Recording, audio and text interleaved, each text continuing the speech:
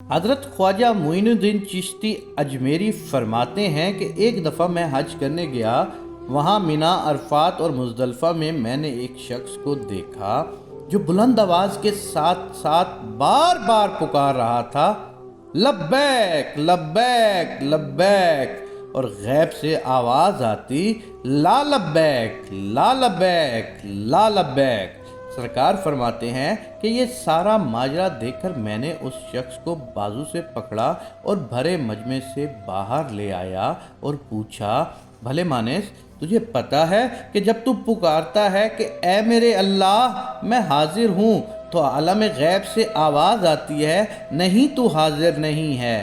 تو وہ شخص بولا، ہاں معین الدین، میں جانتا ہوں، یہ سلسلہ پچھلے 24 سالوں سے جاری ہے، یہ میرا 24واں حج ہے، وہ بڑا بے نیاز ہے، میں ہر سال یہی امید لے کر حج پر آتا ہوں کہ شاید اس دفعہ میرا حج قبول ہو جائے، لیکن ہر سال ناکام لوٹ جاتا ہوں۔ سرکار فرماتے ہیں کہ میں نے اسے کہا کہ ہر بار ناکامی اور نامرادی کے باوجود تو پھر کیوں چلا آتا ہے؟ تو اس کی آنکھوں سے آنسو آ گئے اور روندی ہوئی آواز میں گڑ گڑاتے ہوئے بولا، اے معین الدین، تو بتا، میں یہاں نہ آؤں تو کدھر جاؤں؟ اس کے سوا میرا کون ہے؟ کون میری باتیں سننے والا ہے؟ کون میرے گناہ معاف کرنے والا ہے؟ کون میری مدد کرنے والا ہے؟ میں کس در پہ جا کر گڑ گڑاؤں؟ کون میری داد رسی کرے گا؟ کون میرا خالی دامن بھرے گا؟ کون مجھے بیماری میں شفا دے گا؟ کون میرے گناہوں کی پردہ داری کرے گا؟ معین الدین، مجھے بتا، اگر کوئی دوسرا رب ہے تو بتا، میں اس کے پاس چلا جاتا ہوں۔ مجھے بتا معین الدین، اس کے علاوہ اگر کوئی در ہے تو میں وہاں چلا جاتا ہوں، وہاں جا کر روؤں گا، وہاں جا کر گڑ گڑاؤں گا، وہاں جا کر اپنی منتیں مرادیں مانگوں گا۔ کوئی ہے تیرے پاس؟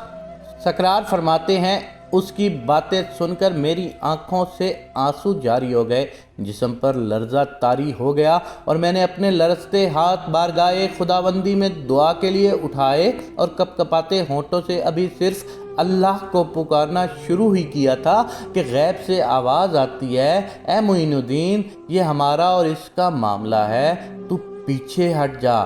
تم نہیں جانتے کہ مجھے اس کا اس طرح گڑ گڑا کر لبیک لبیک لبیک کہنا کتنا پسند ہے۔ اگر میں اس کے لبیک کے جواب میں آج ہی لبیک کہہ دوں تو اسے یہ یقین ہو جائے گا کہ اس کا حج قبول ہو گیا ہے، تو وہ آئندہ حج کرنے نہیں آئے گا، اور یہ سمجھتا ہے کہ اس کا حج قبول نہیں ہو رہا تو اسے بتاؤ کہ پچھلے 23 سالوں سے جتنے بھی لوگوں کے حج قبول ہوئے ہیں وہ سب اس کی لبیک لبیک لبیک کی بدولت ہی قبول ہوئے ہیں۔